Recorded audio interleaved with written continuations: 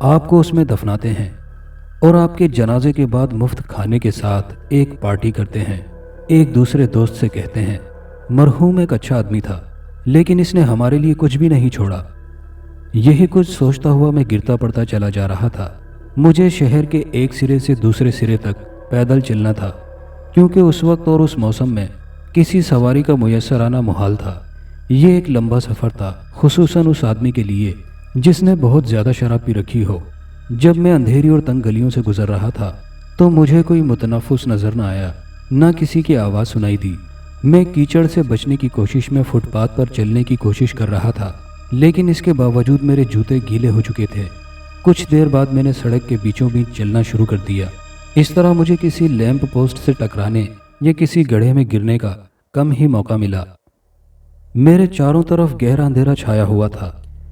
شروع میں کہیں کہیں دور کچھ روشنی نظر آ رہی تھی، لیکن جب میں چھوٹی گلیوں میں داخل ہوا تو یہ روشنیاں بھی نظر سے اوجھل ہو گئیں۔ کئی ایک جگہ مجھے دیواروں کو ہاتھ سے ٹٹول کر اپنا راستہ تلاش کرنا پڑا۔ میں اندھیرے میں دیکھنے کی بھرپور کوشش کر رہا تھا۔ آنکھیں پوری طرح پھاڑنے کے باوجود کچھ دکھائی نہ دے رہا تھا۔ کچھ ہی دیر بعد میرا دل ایک ناقابل فہم خوف سے بھر گیا، کیونکہ مجھے احساس ہو گیا تھا کہ میں اپنا راستہ کھو چکا ہوں۔ اس احساس کے بعد میں نے فیصلہ کیا کہ مجھے ناک کی سیدھ میں چلنا چاہیے۔ شاید اس طرح جلد یا بدیر میں ایک بڑی گلی میں پہنچ جاؤں جہاں روشنیاں ہوں اور مجھے کوئی سواری مل جائے۔ میں نے تیز تیز قدموں سے چلنا شروع کر دیا۔ ایون کہتے کہتے رک گیا۔ ایک دفعہ پھر اپنا گلاس بھرا، اس میں سے چند گھونٹ بھرے اور پھر کچھ دیر سوچتا رہا۔ تھوڑی دیر بعد پھر اپنی مونچھوں کو بل دیتے ہوئے کہنے لگا، اب مجھے واقعی یاد نہیں ہے کہ میں کتنی دیر تک بھاگتا رہا۔ صرف ایک چیز جو مجھے یاد ہے، میں کسی چیز سے ٹکرا کر گر پڑا۔ میرے گھٹنے بری طرح چھل گئے اور میری ٹانگوں میں درد کی تیز لہر دوڑ گئی۔ جس چیز سے میں ٹکرا کر گرا تھا اسے میں اندھیرے میں دیکھ نہیں سکتا تھا، لیکن ٹٹولنے پر محسوس ہوا کہ یہ کچھ ٹھنڈا، گیلا اور چکنا سا تھا، شاید کوئی چبوترا تھا۔ میں ہاتھوں سے ٹٹولتا ہوا اس کے اوپر بیٹھ گیا اور اپنی چوٹوں کو سہلانے لگا۔ کچھ دم میں دم آیا تو میں نے اپنی جیب سے ایک سگریٹ نکالی اور اپنے ہونٹوں میں دبا کر ماچس جلانے لگا۔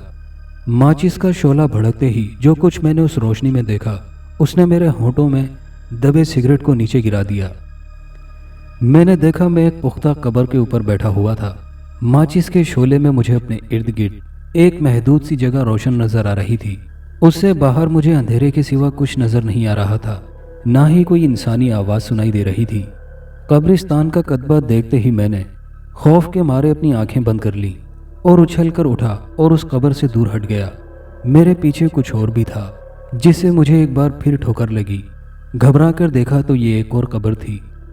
اوہ میرے خدایا، میں ایک قبرستان میں ہوں۔ میں نے دونوں ہاتھوں سے اپنا چہرہ ڈھانپتے ہوئے سوچا۔ ذرا غور سے آس پاس دیکھا تو چاروں طرف قبروں کے ہیولے محسوس ہونے لگے۔ میری ٹانگوں سے جان نکلتی محسوس ہو رہی تھی۔ میں سنگے مرمر کی قبر پر واپس بیٹھ گیا۔ میں قبرستان سے ڈرتا ہوں اور نہ ہی مرنے والوں سے، نہ ہی میں پریوں کی کہانیوں پر یقین رکھتا ہوں۔ تاہم آدھی رات کو ان خاموش قبروں کے درمیان ہوا کے شور اور تاریکی کے احساس کے ساتھ میں نے اچانک محسوس کیا کہ میرے بال سر پر کھڑے ہو گئے ہیں، یوں جیسے میری ریڑھ کی ہڈی تک کانپ اٹھی ہو۔ میں نے خود کو پرسکون رکھنے کی ہر ممکن کوشش کی اور بلند آواز میں اپنے آپ سے کہا، یہ صرف ایک وہم ہے، ایک فریب ہے، یہ سب میرا قصور ہے۔ اور شاید یہ وہم ہی ہوتا، لیکن اسی لمحے میں نے دھیمے قدموں کی آواز سنی۔ کوئی میری طرف آ رہا تھا، لیکن یہ آواز عام انسانی قدموں کی طرح نہیں لگ رہے تھے۔ یوں لگ رہا تھا جیسے کوئی ہڈیوں کو گھسیٹتے ہوئے چل رہا ہو۔ یہ آواز مجھے اپنے چاروں طرف سے آتی محسوس ہو رہی تھی۔ پھر اچانک مجھے سمجھ آ گئی۔ یہ سوچتے ہی میرے رونگٹے کھڑے ہونا شروع ہو گئے۔ یقیناً یہ کوئی لاش یا ڈھانچہ اپنی قبر سے نکل کر میری طرف آ رہا تھا۔ ایک ساتھ کئی گھٹی گھٹی زنانہ اور مردانہ چیخیں حال میں ابھری۔ ایون نے اپنے گلاس سے مزید کئی گھونٹ بھرے اور اپنے سامعین کی طرف ایک گہری نظر سے دیکھا۔ کئی آنکھیں پوری طرح پھیل چکی تھیں۔ کچھ اپنے منہ پر ہاتھ رکھ کر چیخ روکنے کی کوشش کی تھی۔ ہر کوئی خوف سے منہ کھولے ایون کی طرف دیکھ رہا تھا۔ ایون نے ایک دفعہ پھر اپنی مونچھوں کو تاؤ دیا اور ایک ہلکی سی مسکراہٹ کے ساتھ سرسراتے ہوئے لہجے میں بولا، کہانی تو اب شروع ہوتی ہے۔ اندھیرے میں قدموں کی یہ آہٹ میرے بالکل قریب آ گئی۔ میں آواز تو سن رہا تھا مگر مجھے کوئی نظر نہیں آ رہا تھا۔ میں نے خوفزدہ مگر چوکنے انداز میں اپنے چاروں طرف آنکھیں پھاڑ پھاڑ کر دیکھنا شروع کر دیا۔ اچانک کسی نے مجھے عقب سے دبوچنے کی کوشش کی۔ میں بچنے کی کوشش میں غیر ارادی طور پر اچھل کر پیچھے ہٹ گیا۔ اسی وقت میں نے ایک چیخ سنی۔ یہ انتہائی خوفناک چیخ تھی۔ رات کے سناٹے میں دور تک اس کی گونج سنائی دے رہی تھی۔ یہ غیر انسانی چیخ ایک قبر کے اندر سے آ رہی تھی۔ اس نے میرے اعصاب کو شل کر کے رکھ دیا تھا۔ اگر بچپن میں آپ اپنی نانی دادی کی پریوں کی کہانیاں یا پھر ڈراؤنی کہانیاں سن کر خوفزدہ ہو جایا کرتے تھے تو تصور کریں کہ اس ویران سنسان قبرستان میں آدھی رات کے وقت جب چاروں طرف تاریکی چھائی ہو اور آپ کہیں قریب ہی غیر انسانی چیخیں سنیں تو کیسا محسوس کریں گے۔ میں نے اپنی آنکھیں سختی سے بند کر لیں۔ مجھے یوں محسوس ہو رہا تھا کہ اگر میں نے اپنی آنکھیں کھولیں تو مجھے زرد استخوانی چہرہ نظر آئے گا جو آدھے بوسیدہ کفن میں ڈھکا ہوگا۔ اوہ خدایا، کاش جلدی جلدی صبح ہو جائے۔ میں دل ہی دل میں خدا سے دعا کر رہا تھا، مگر اس وقت میں ایک اور ناقابل بیان ہولناکی سے گزر رہا تھا جس کا بیان کرنا میرے لیے ناممکن ہے۔ ایک استخوانی ڈھانچہ اپنی ہڈیوں کو گھسیٹتا اور گڑ گڑاتا مجھے دبوچنے کے لیے بے قرار پھر رہا تھا اور میں اس سے بچنے کے لیے کہیں بھاگ بھی نہیں سکتا تھا۔ یہ ہولناک چیخ ابھی ختم ہی ہوئی تھی کہ اچانک کچھ اور قدموں کی آواز سنائی دی۔ کوئی سیدھا میری طرف ہی آ رہا تھا۔ میں گھبرا کر مڑا تو میں نے ایک ہیولے کو قریب کی ٹوٹی ہوئی قبر کے کتبے کے پیچھے سے نکلتے ہوئے دیکھا۔ مجھے یوں لگا جیسے وہ اس قبر سے برآمد ہوا ہو۔ قبر سے نکلی اس مخلوق نے ایک گہری آہ بھری اور تھوڑی دیر بعد ایک ٹھنڈا اور بھاری ہاتھ میرے کندھے پر جم گیا۔ مجھے اپنا خون رگوں میں جمتا محسوس ہونے لگا۔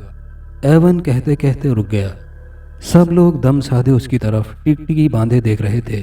وہ سب منتظر تھے کہ وہ اب کیا کہتا ہے، کہانی آگے کدھر بڑھتی ہے۔ ایون نے ایک لمبا گھونٹ بھرتے ہوئے گلاس خالی کیا اور اسے واپس میز پر رکھتے ہوئے سب لوگوں کی طرف ایک گہری نظر سے دیکھا۔ پھر کیا ہوا؟ کئی ایک خواتین نے خوف سے لرزتی آواز میں پوچھا۔ میں نے مڑ کر بھاگنے کی کوشش کی مگر اس مخلوق نے مجھے پیچھے سے دبوچ لیا۔ وہ مجھے گھسیٹتا ہوا اپنے ساتھ لے جانے کی کوشش کر رہا تھا۔ میں اس سے اپنا آپ چھڑوا کر بھاگنے کی فکر میں تھا۔ خوف کے مارے میرا حلق خشک ہو رہا تھا، گلے سے آواز تک نہ نکل رہی تھی۔ پھر وہ مجھے گھسیٹتا ہوا ایک طرف لے گیا اور مجھے اپنے ساتھ لے کر ایک ٹوٹی ہوئی قبر میں اترنے لگا۔ میں نے بتیرے ہاتھ پاؤں مارے مگر اس کی گرفت مضبوط تھی۔ مجھے اپنے جسم سے جان نکلتی محسوس ہو رہی تھی۔ پھر میں قبر کے اندر گرتا چلا گیا۔ میں چیخ بھی نہ سکا۔ میری آنکھوں کے سامنے اندھیرا چھا گیا۔ مجھے بالکل بھی ہوش نہ رہا۔ جب دوبارہ میری آنکھ کھلی تو میرے چاروں طرف اندھیرا چھایا ہوا تھا، مگر اب یہ اندھیرا گہرا نہیں تھا۔ میں نے اپنے آس پاس ٹٹولا تو احساس ہوا کہ میں ایک چھوٹے سے مربع نما کمرے میں ہوں۔ کہیں دور سے ہلکی سی روشنی کی کرن نظر آ رہی تھی۔ میں سمجھ گیا کہ وہ لاش مجھے اپنے ساتھ کسی قبر کی گہرائی میں لے گئی تھی۔ مجھے اپنے دل کی دھڑکن بند ہوتی محسوس ہونے لگی، مگر پھر اچانک میرا دل پھر سے دھڑکنے لگا۔ مجھے زندگی لوٹتی محسوس ہونے لگی، کیونکہ میں نے دیوار کے پیچھے کچھ دھیمی دھیمی انسانی آوازیں سنی تھی۔ یہ تمہیں کہاں سے ملا؟ ایک آواز نے سوال کیا۔ سر، میں نے اسے ڈپارٹمنٹل اسٹور کے سامنے پڑے دیکھا تھا، ایک اور خشک سی آواز نے جواب دیا۔ چند لمحوں بعد یہی آواز دوبارہ ابھری۔ ڈپارٹمنٹل اسٹور کے بالکل سامنے قبروں کے پتھریلے قدموں والی دکان ہے۔ اس کے پتھر دکان کے باہر فٹ پاتھ پر پڑے رہتے ہیں۔ میں نے اسے وہاں گرے ہوئے دیکھا۔ قریب ہی ایک کتا بیٹھا رو رہا تھا۔ میرا اندازہ ہے کہ اس نے کافی شراب پی رکھی تھی جناب، کیونکہ میں نے اسے پکڑنے کی کوشش کی تو اس نے مجھ سے چھڑا کر بھاگنے کی بہت کوشش کی۔ میں نے بڑی مشکل سے اسے اٹھا کر پولیس کی گاڑی میں پھینکا تھا۔ مجھے اسے گھسیٹنا بھی پڑا تھا جناب۔ اتنا کہنے کے بعد جب ایون خاموش ہوا تو سب لوگ حیرت سے منہ کھولے اس کی بات سن رہے تھے۔ اس کی کہانی کے اختتامی جملوں کو سنتے سنتے ان کے چہروں پر مسکراہٹ نمودار ہونے لگی تھی۔ وہ چپ چاپ ایون کی طرف دیکھ رہے تھے۔ ایون میز سے اٹھا اور کھڑکی کے قریب جا کر باہر جھانکنے لگا۔ بارش تھم چکی تھی۔ اس نے قریب پڑا ہیٹ اٹھا کر اپنے سر پر رکھا اور بیرونی دروازے کی طرف بڑھتے ہوئے بولا، صبح جب میں پوری طرح بیدار ہوا تو انہوں نے مجھے تھانے سے چھوڑ دیا۔ اب میں ایک دفعہ پھر صبح تھانے سے گھر نہیں پہنچنا چاہتا، اس لیے خدا حافظ۔ اور اس قدر توجہ سے ساری کہانی سننے کا بہت بہت شکریہ۔ ایون یہ کہتے ہوئے تیزی سے باہر نکل گیا۔ حال میں موجود سارے لوگ دم بخود اس کی طرف دیکھ رہے تھے۔ ان کے چہروں پر خوف جیسے جم سا گیا تھا۔ ایون کے باہر نکلتے ہی کسی کتے کے رونے کی تیز آواز فضا میں ابھرنے لگی تھی۔